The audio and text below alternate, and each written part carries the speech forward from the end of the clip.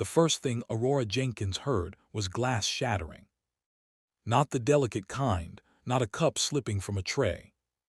This was impact glass, exploding outward as a 7-foot shadow slammed through the emergency room doors with the force of a battering ram. Alarms screamed. Patients scattered. A gurney flipped end over end like a toy. And in the center of it all stood Jackson Hayes. Barefoot, soaking wet, blood streaking down his forearms like war paint. His chest heaved under a torn military jacket, eyes wild, unfocused, scanning corners that didn't exist. "Contact left," he roared. The words weren't meant for Mercy General Hospital. They were meant for a battlefield half a world away. Security froze. 2 guards rushed him anyway. That was their mistake. Jackson grabbed the first one by the vest and threw him across the trauma bay, his body smashing into a supply cabinet with a sickening crack. The second guard pulled his taser. Aurora saw it before it happened. "Don't," she shouted. Too late. The taser hit.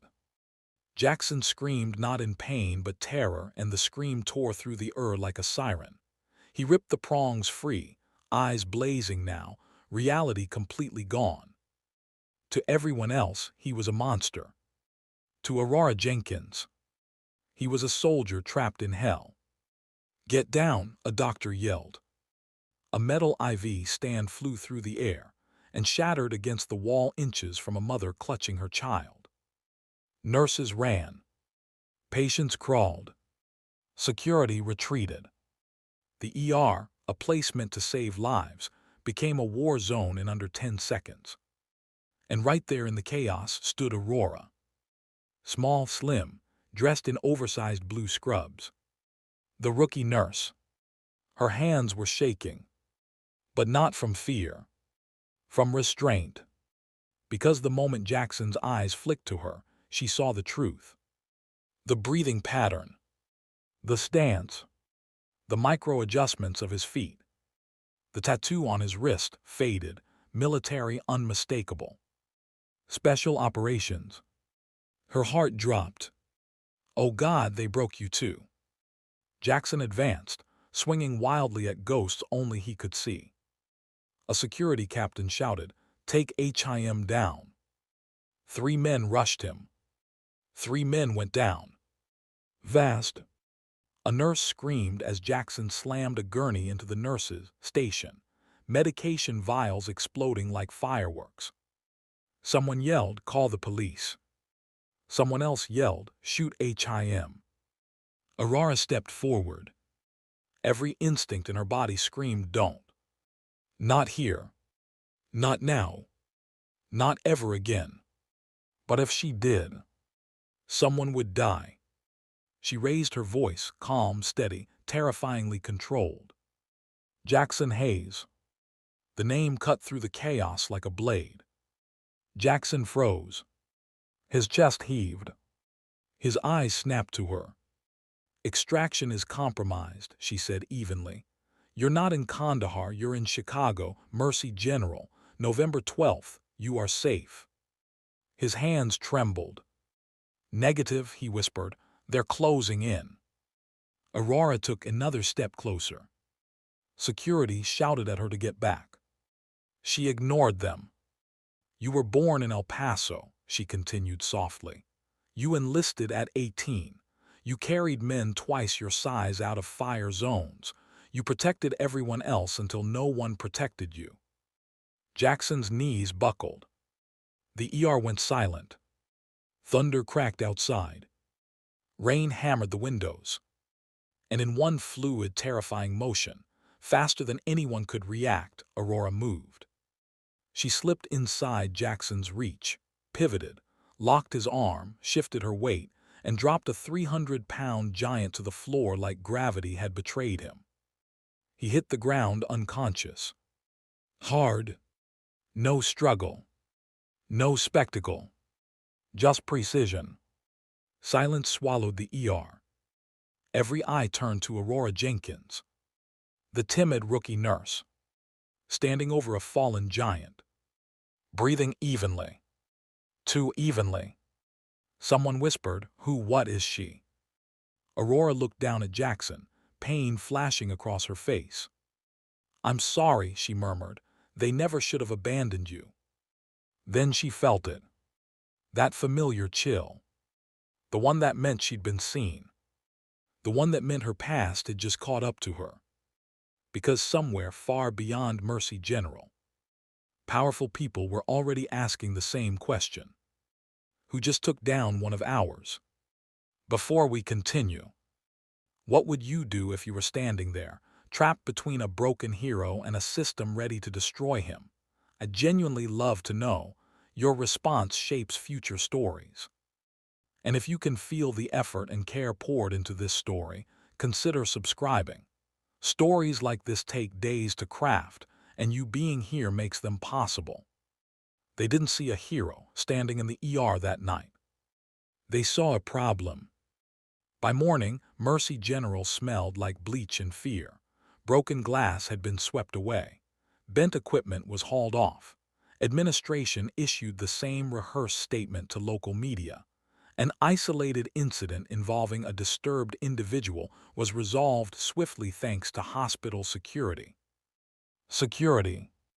Not the rookie nurse who dropped a 7-foot giant without drawing blood. Aurora Jenkins sat alone in a small interview room on the 3rd floor, fluorescent lights buzzing overhead like insects trapped in glass. Her scrubs had been replaced with a hospital-issued hoodie. Policy. Her hands were folded in her lap, eyes lowered, posture submissive.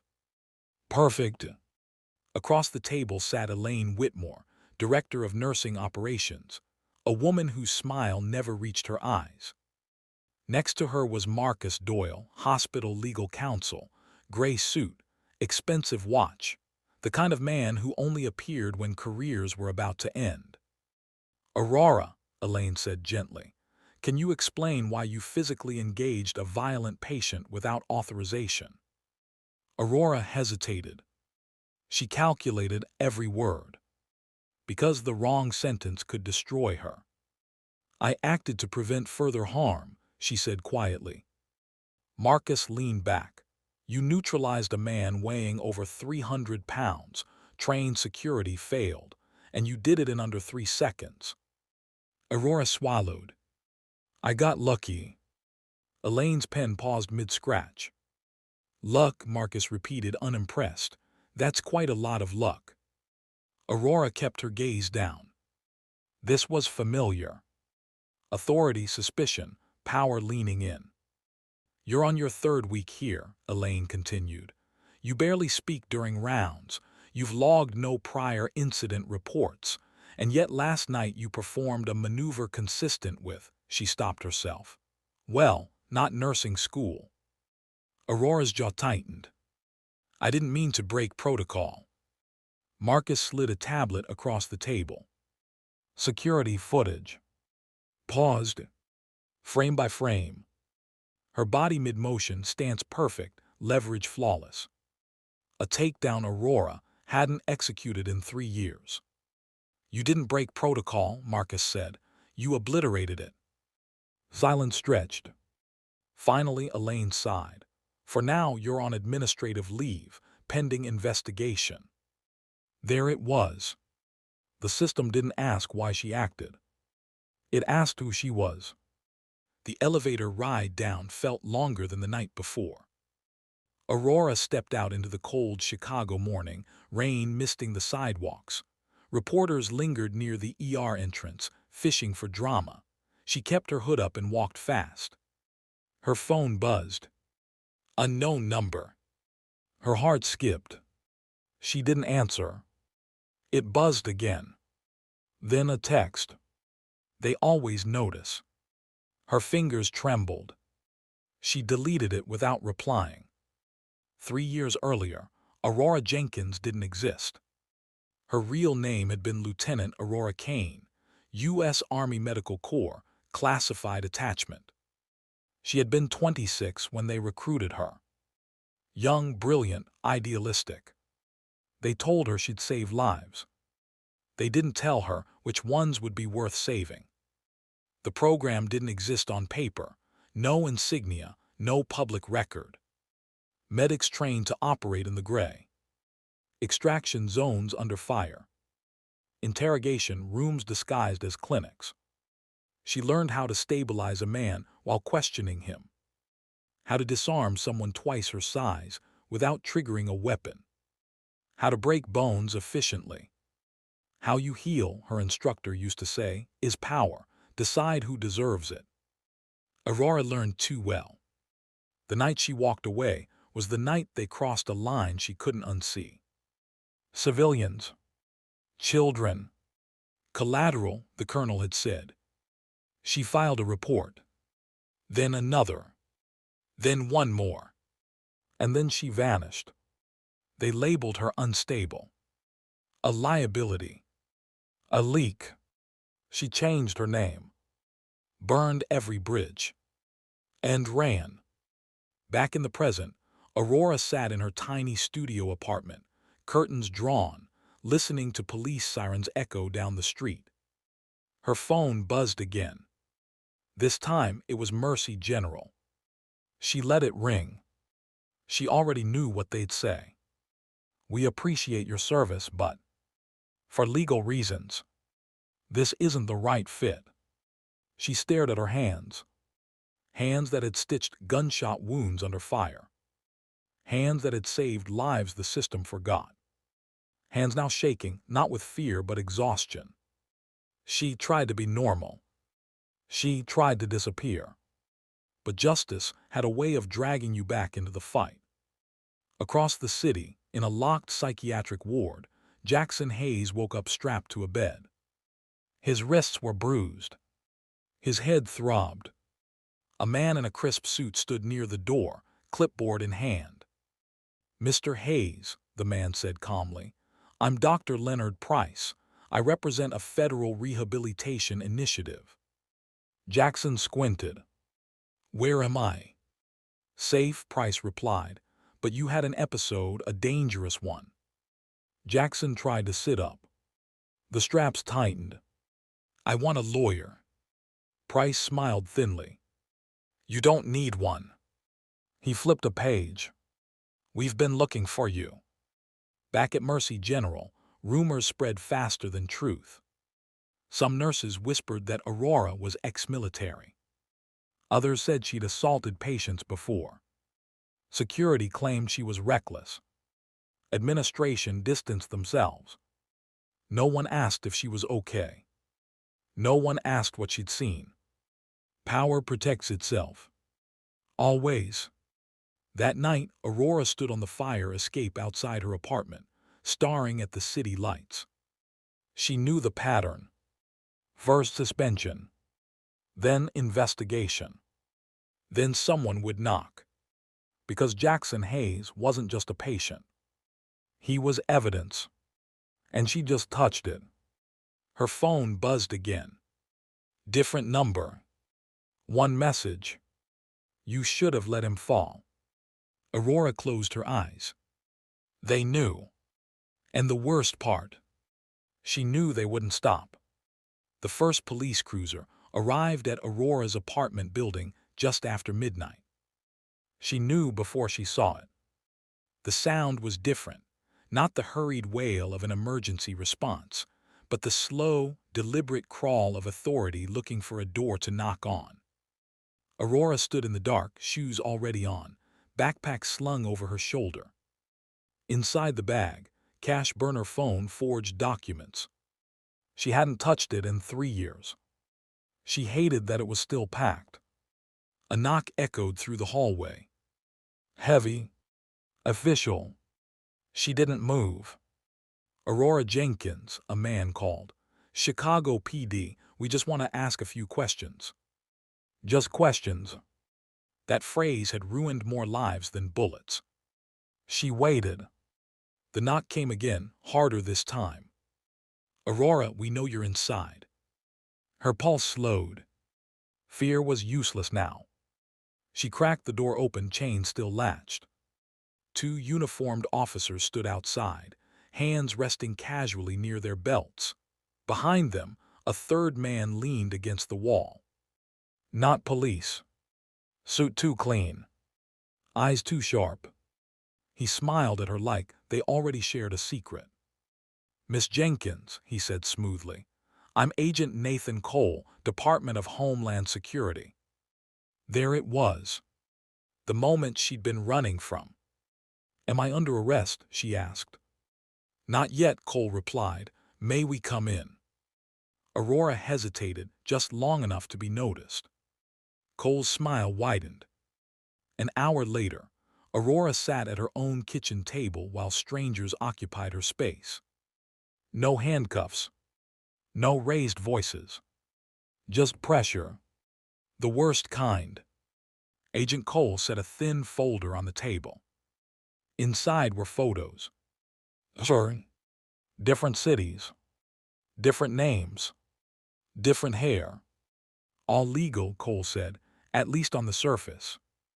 He flipped another page. Jackson Hayes. Military records. Redacted mission logs. Your friend from the ER, Cole continued. Former asset went off the grid. Aurora's jaw tightened. He's sick. He's compromised, Cole corrected, and now he's visible again, thanks to you.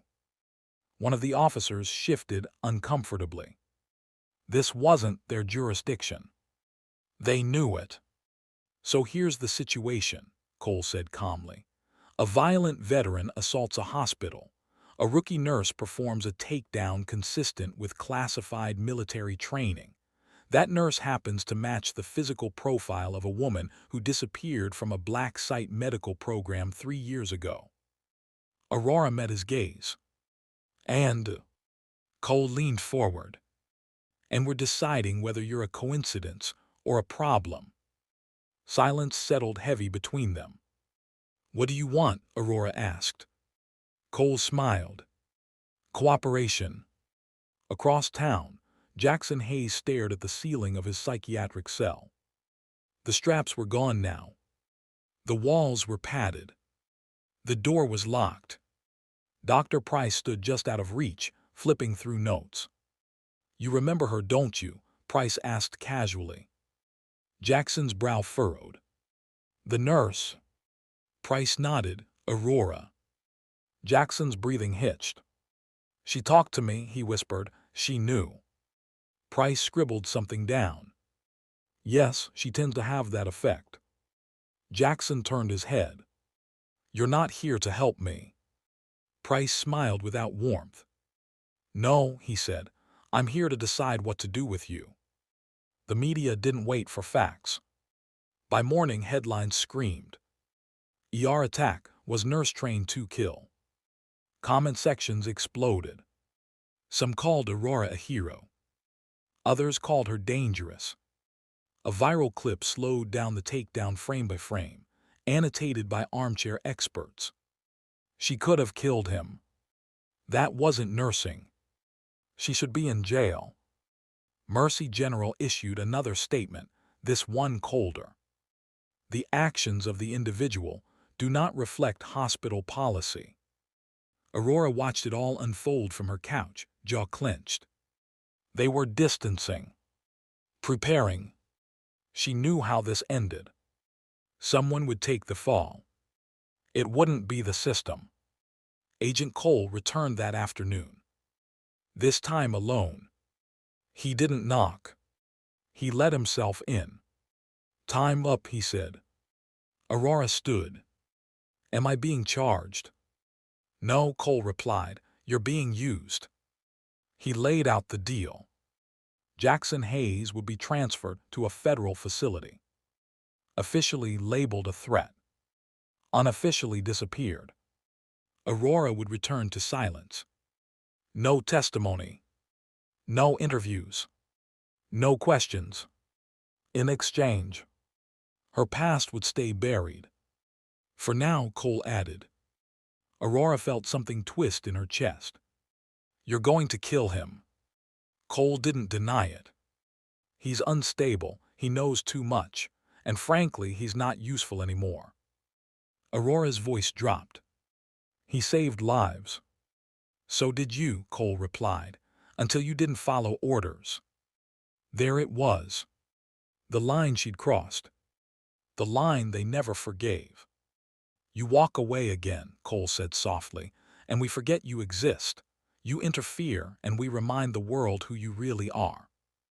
He stepped closer. This is your last chance to stay hidden. Aurora's fists clenched. The system was stacked. Against her. Against Jackson. Against truth itself. She could run. She'd done it before. But this time, running meant abandoning someone who had already been abandoned enough. That night, Aurora stood on the hospital roof, looking down at the city. Mercy General glowed beneath her. Inside those walls, people believed in rules. In safety. In justice. She knew better. Her phone buzzed. Unknown number. One message. They're moving him at dawn. Aurora closed her eyes. The pressure had reached its breaking point. Stay hidden. Or step into the fire. And if she stepped in, there would be no disappearing this time. At 4:17 a.m., the Mercy General Trauma Wing was quiet. Too quiet.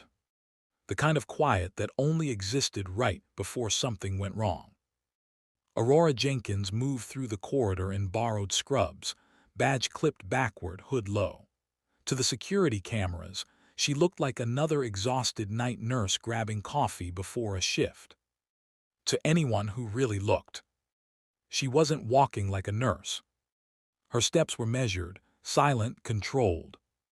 Every reflection in the glass confirmed what she already felt. The rookie was gone. The soldier was awake. Jackson Hayes was scheduled for transfer at dawn. Federal psychiatric relocation, the paperwork said. Aurora had read enough redacted files to know what that meant. People didn't come back from facilities without names. She reached the restricted wing door and paused. 2 armed guards. Private contractors. Not hospital staff. Their posture screamed military. Aurora exhaled slowly. One skill, she reminded herself. Just one. She stepped forward, shoulders slumped, voice soft. Sorry, she murmured, holding up a clipboard. They need updated vitals before transport. One guard barely glanced at her. Orders say no one goes in. Aurora nodded nervously. Oh, okay, I just didn't want to get in trouble. She turned to leave. Then stumbled. The clipboard fell. Paper scattered. Damn it, she whispered, crouching to pick it up. As the guard bent instinctively to help, Aurora moved. Vast. Her elbow snapped up into his throat. Her knee buckled his leg. She twisted, leveraged his weight, and lowered him to the floor without a sound. The second guard reached for his weapon. Aurora didn't let him. She closed the distance, redirected his arm, struck once at a nerve cluster beneath the jaw. He collapsed. Unconscious. Alive. Efficient. She stared at them for half a second, heart pounding. That was more than one skill. She dragged them into the supply closet and locked the door. Too much, she thought, you're pushing it. But it was already done. Jackson Hayes looked up as Aurora entered his room. His eyes widened. You, he rasped. She raised a finger to her lips. Quiet, she whispered. She checked the hallway, then moved to his bedside. He recoiled. You're not real, he said. They do this. They send people who look safe. Aurora knelt so they were eye level. Her voice shifted. Not loud. Not commanding. Grounded. Jackson, she said, listen to me. 5 things you can see. He blinked.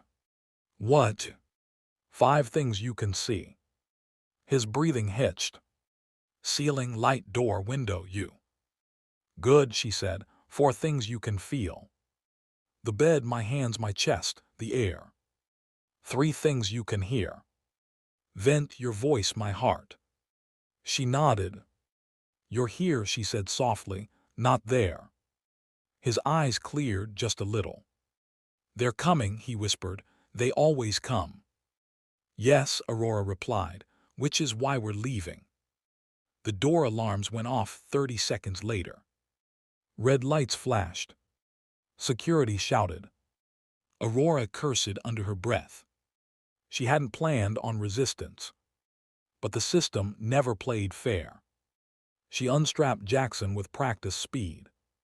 You can walk, she asked. He nodded weakly. They drugged me. I know. Footsteps thundered closer. Can you trust me? She asked. Jackson hesitated, then nodded again. I already do. That almost broke her. They exited through a service stairwell as guards flooded the ward. Aurora led Jackson down 3 flights, timing their movements between patrol rotations she'd memorized during her weeks on night shift. She wasn't improvising. She was executing. At the parking garage, headlights flared. Stop, someone yelled. Aurora shoved Jackson behind a pillar. A security SUV screeched to a halt. 2 armed men jumped out. No uniforms. Federal. Aurora's pulse spiked. One skill, she reminded herself again. She stepped into the open, hands raised. I'll surrender, she said shakily. Just don't hurt him. The men exchanged looks. One smirked. Smart girl. Aurora stepped closer. Too close. She dropped low, swept the first man's legs, slammed the second into the hood, disarmed him mid-fall. 3 seconds. 2 bodies down. Jackson stared. Jesus, he whispered. Aurora grabbed his arm. Don't look at me like that, she said. Move. They disappeared into the rain. By sunrise, the city was buzzing. Security footage leaked. Again. This time clearer. A nurse taking down armed men. Not panicked. Not sloppy. Precise. Social media erupted. Who is she? That's military. No way, that's a nurse. Mercy General went into lockdown. Federal agencies denied involvement. Agent Nathan Cole watched the footage on a tablet, jaw tight. So, he murmured, she's done hiding. Aurora and Jackson sat in an abandoned warehouse by the river, rain dripping through the broken roof. Jackson wrapped in a blanket. Aurora packing. You shouldn't have done that, he said quietly. I know, she replied. They'll hunt you. They already were. Jackson looked at her. What are you? Aurora stopped packing. She met his eyes. I'm someone who knows what they did to you, she said, and what they're still doing. That's not an answer. No, she agreed, it's all you get. She wasn't ready. Not yet. Some truths burned too hot to expose all at once. Outside, sirens wailed. Inside, the last piece of her normal life fell apart. Aurora Jenkins, rookie nurse, was gone. What remained was a threat. By noon, Aurora Jenkins was the most wanted ghost in Chicago. Not officially. Not yet. But the silence from federal agencies was louder than sirens. News vans surrounded Mercy General. Commentators argued over words like hero, vigilante, terrorist. Former military analysts dissected her movements with uncomfortable accuracy. She's trained, one said on air, extremely. Another shook his head. No civilian program teaches that. Aurora watched it all from a flickering TV inside the warehouse office, volume low. Jackson sat across from her, staring at the floor. They're going to kill us, he said flatly. Aurora didn't argue. She powered down the TV. No, she said, They're going to lie about us first. Agent Nathan Cole stood in a glass-walled conference room downtown, flanked by men who never appeared on org charts. A general, a contractor, a woman from oversight who didn't blink. She extracted haze, Cole said. Clean, public, embarrassing. The general scowled. I warned you she was unstable. No, the woman corrected. She was inconvenient. Cole tapped the table. She's exposing patterns. People are asking questions. Then give them answers, the contractor said. Controlled ones. The woman nodded. Paint Hayes as a domestic extremist. Paint her as his handler. Cole hesitated. That won't hold forever. It doesn't have to, the general replied. Just long enough. Cole swallowed. Orders were orders. But something in his gut twisted. Aurora didn't sleep. She pulled old drives from the bottom of her bag, encrypted, hidden, forgotten. Jackson watched as lines of code scrolled across a battered laptop. What's that? He asked. Insurance, she replied. Files opened. Video clips. Medical logs. Redacted mission reports with margins that told more truth than the text. Jackson leaned closer. That's my unit, he whispered. Aurora nodded. They ran you into the ground, she said quietly, then erased the evidence. She showed him a timestamp report. His hands shook. That mission, it never happened officially. None of them did, Aurora said. That's the point. Jackson looked up at her. Why didn't you expose this before? Aurora closed her eyes. Because people die when you do. The knock came at dusk. Aurora froze. Jackson reached for a pipe. She shook her head. Slow. Careful. She opened the door. A woman stood there in a raincoat, hands visible. No weapon. No badge. Don't scream, the woman said. I'm not here to arrest you. Aurora studied her. Sharp eyes. Tired. Who are you? Aurora asked. Someone who's tired of cleaning up their mess, the woman replied. My name is Elena Cross, DOJ Internal Review. Jackson stiffened. Aurora didn't move. Prove it, Aurora said. Elena slid a folder forward. Inside were names. Real ones. Dead ones. Programs that didn't exist. Elena met her gaze. They're framing you, she said. And if you disappear, the truth disappears with you. Aurora exhaled slowly. And if I stay? Elena's voice softened. Then it gets very dangerous. Across the city, Agent Cole watched Aurora's face on a screen, captured by a traffic cam near the river. She's meeting someone, an analyst said. Cole leaned forward. Enhance. The image sharpened. A woman in a raincoat. Cole's jaw tightened. Elena, he muttered. The general beside him cursed. Pull her credentials now. In the warehouse, Aurora listened as Elena laid it out. There's a shell committee funneling funds into black programs, Elena said. Medical oversight is the weakest link. You were supposed to be silent. Jackson clenched his fists. They broke us, he said, then called us broken. Elena nodded. And now they're terrified you'll talk. Aurora's voice was steady. If I go public, they'll bury it. Not if we do it right, Elena said. How? Elena hesitated. Testimony, evidence, a live transfer. Aurora laughed softly. You mean suicide? Elena met her eyes. Justice isn't safe. Silence stretched. Finally, Jackson spoke. I'll testify, he said. I'll say everything.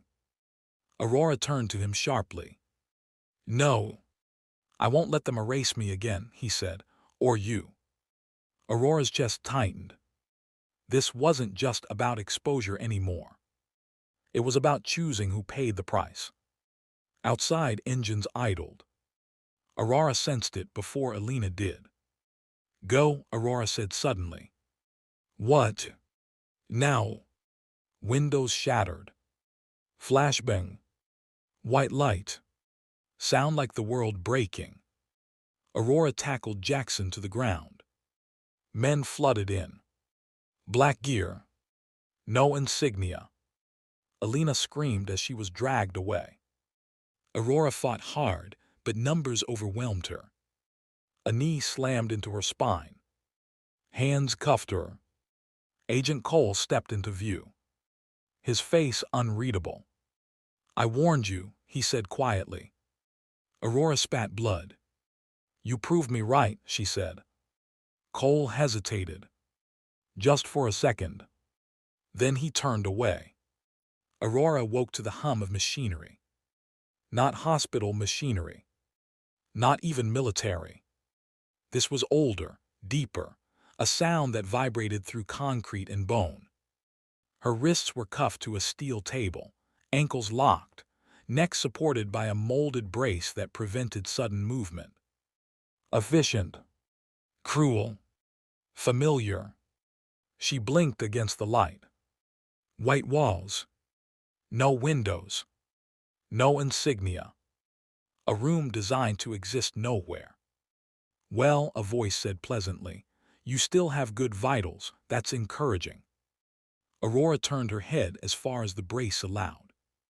The man who stepped into view wore no uniform, no rank, no badge.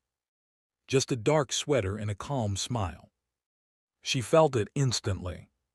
Her stomach dropped. "No," she whispered. The man tilted his head. "That's not how you used to greet me, Aurora." Her breath caught. Colonel Richard Vance. Dead according to official records. Executed during a training accident. The architect. The man who had taught her everything. "You're supposed to be dead," she said hoarsely. Vance chuckled softly. "Paperwork is a beautiful thing." He pulled up a chair and sat beside her like a concerned doctor. "I must say," he continued, taking down Hayes in public, bold, sloppy, emotional. Aurora's eyes burned. "You destroyed him," she said. "You destroyed all of them." Vance leaned back. "No, we used them. And then the system did what systems do, it optimized." Aurora strained against the cuffs. "You broke the law." Vance smiled. "I wrote the loopholes." Across the facility, Jackson Hayes sat in a cell very much like Aurora's. Except his restraints were heavier. Dr. Leonard Price stood outside the glass, hands folded. "You were never meant to survive this long," Price said calmly. "You were an anomaly." Jackson laughed bitterly. "That's your word for conscience." Price didn't react. "Colonel Vance wants to see you." Jackson stiffened. That name. That voice from nightmares. Back in the White Room, Vance folded his hands. "You see, Aurora," he said, "you didn't walk away from the program, you proved it worked." She stared at him. "Everything you did at that hospital, the restraint, the control, the empathy, it was perfection." Aurora's voice shook. "You trained me to save people." Vance nodded. "And you did, the right people." She snapped. "You don't get to decide that." Vance's expression finally hardened. "Someone always does." Silence fell. Then he leaned closer. "Here's the truth you don't know yet," he said softly. "Hayes wasn't abandoned." Aurora's heart pounded. He was activated. The words hit harder than any blow. "What?" she whispered. "His breakdowns," Vance continued. "His wandering, the hallucinations, all monitored, all nudged." Aurora's stomach twisted. "He was bait." Vance smiled thinly. "And you took it." Jackson was escorted into the room. He looked older than he had hours ago. More tired. When his eyes met Aurora's, something shattered in him. I'm sorry, he said immediately. I didn't know. She shook her head. They used you, she said. None of this is on you. Vance watched them like a scientist observing reactions. You see, he said, still protecting the asset. Aurora glared at him. What do you want? Vance stood. To finish the program. Aurora's blood ran cold. You're the proof of concept, Vance said. The public reveal was unfortunate but manageable, with the right narrative. He gestured toward Jackson. He's unstable, you're compromised, tragic ending, heroic cleanup. Jackson growled. You're not touching her. Vance raised an eyebrow. Jackson, you were always good at following orders. Jackson lunged. Guards slammed him back. Aurora screamed. Stop. Vance raised a hand. The guards froze. He studied Aurora carefully. Here's the twist, he said. You don't leave this place as a prisoner. Aurora stared. You leave as command. The room went still. You want me to replace you? She asked in disbelief. I want you to improve me, Vance said calmly. With your conscience, with your control. Aurora laughed a broken sound. You're insane. Vance smiled. Justice requires power, he said, and power requires sacrifice. Aurora's voice dropped to a whisper. You're the villain. Vance's eyes hardened. No, he said, I'm the future. Agent Nathan Cole watched the feed from an observation room. Sweat trickled down his spine. He hadn't known Vance was alive. No one had.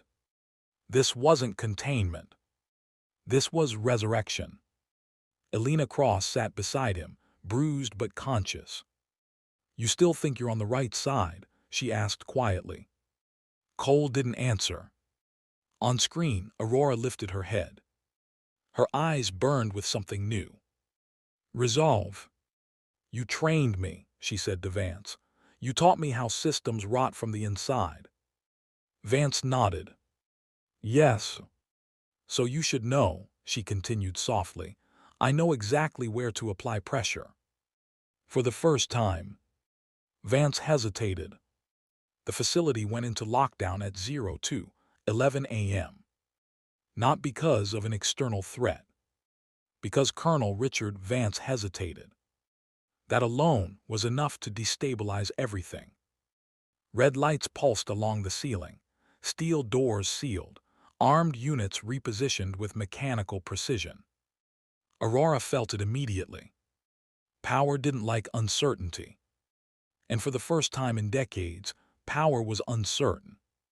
You're stalling, Vance said calmly, masking irritation with practiced ease. Aurora met his gaze, wrists still locked, mind racing faster than any weapon.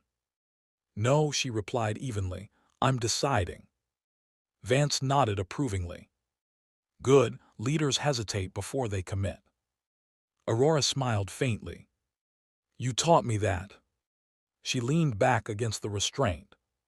But you also taught me something else. Vance tilted his head. How to break a system, Aurora continued softly. You don't attack it from the outside. You overload it from within. Vance's eyes narrowed. Release her restraints, he ordered. Jackson shouted, don't. Too late. The cuffs disengaged. The moment Aurora's wrists were free, the room shifted. Not physically. Psychologically. She didn't attack. She didn't run. She stood. Slowly. Deliberately. Every camera in the facility tracked her. Aurora Jenkins didn't exist anymore. Lieutenant Kane didn't either. This was something new. Colonel, she said, stepping closer, you want command. Vance smiled. I want evolution. Aurora nodded. Then you should have kept better control of your people. She looked past him. Directly into the observation glass. Agent Nathan Cole froze. Elena Cross's breath caught. Aurora raised her voice, not shouting but projecting. "Agent Cole," she said clearly, "Protocol Black Archive, Section Delta 9. Authorization Code Mercy Fall." Cole's blood ran cold. That code, it was real. And it was buried so deep, only one other person had ever known it. Vance turned slowly. "What did you just say?" Aurora smiled. "You taught me redundancy." Alarms changed pitch. Not lockdown. Data purge failure. Screens flickered. Files unlocked. Across federal servers, hidden directories began to open, live streaming to every oversight channel Alina had planted. Mission logs. Medical torture reports. Activation protocols. And Jackson Hayes' name over and over again. Vance lunged for the console. "Too late. You used him as bait," Aurora said quietly, "but you forgot something." She turned to Jackson. "You survived." Jackson stepped forward, chains clanking. "And I remember everything," he said. Chaos exploded. Gunfire echoed as Vance's loyal units clashed with internal security, who suddenly realized they were guarding a war criminal. Cole drew his weapon, then stopped. Alina shouted, "Cole, choose." Vance roared, "Shut it down." Aurora moved. She intercepted a guard mid-charge, redirected his momentum, disarmed him cleanly. No wasted motion. Jackson broke free as systems unlocked. He didn't fight wildly. He fought with purpose. Every move restrained. Every strike necessary. Two broken men forged by the same system, now dismantling it. Vance backed toward an exit, eyes burning. "You think exposure is justice," he sneered. "This ends with bodies." Aurora advanced. "So did your program." Vance reached for a sidearm. Jackson tackled him. They crashed into the control console. Glass shattered. Vance struck Jackson with a baton. Jackson fell hard. Aurora screamed. She lunged. Vance fired. The bullet tore through her shoulder. Pain exploded. She stayed upright. Stayed moving. She disarmed him and drove him against the wall. Breathing hard. Bleeding. Eyes locked. "You were my teacher," she said, voice shaking, "and that's why you lose." Sirens wailed outside. Real ones. Oversight. Media. Exposure. Vance slumped, defeated. Not dead, but finished. Jackson crawled to Aurora. Blood soaked her sleeve. "You okay?" he asked. She laughed weakly. "I told you," she whispered, "they don't decide who survives." The first snow of winter fell the morning the truth broke. Soft, quiet, almost respectful. Aurora watched it drift past the hospital window, her arm in a sling, shoulder bandaged thick beneath the gown. The room smelled of antiseptic and sunlight, a strange contrast to the underground concrete where she had nearly bled out. She was back at Mercy General. Not as a fugitive. Not as a weapon. As a patient. And for the first time since this began, no one was trying to erase her. Colonel Richard Vance didn't die in custody. That fact disappointed many. But justice doesn't always come in the shape of a grave. Sometimes it comes as a cell with the lights always on. He was paraded through congressional hearings, stripped of rank, stripped of myth. Every classified lie peeled open under oath. The architect of a shadow war forced into the daylight. And the daylight was merciless. Jackson Hayes testified 3 days later. He stood tall, still massive, still scarred, but his voice didn't shake. He told them everything. The missions that never happened. The orders that contradicted humanity. The slow, deliberate dismantling of soldiers once they stopped being useful. When they asked him why he went along with it, he paused. Because I trusted them, he said simply. The room went silent. That was the moment the country leaned in. Not for rage, for shame. Agent Nathan Cole resigned before the ink dried on the first indictment. He didn't ask for immunity, didn't fight it.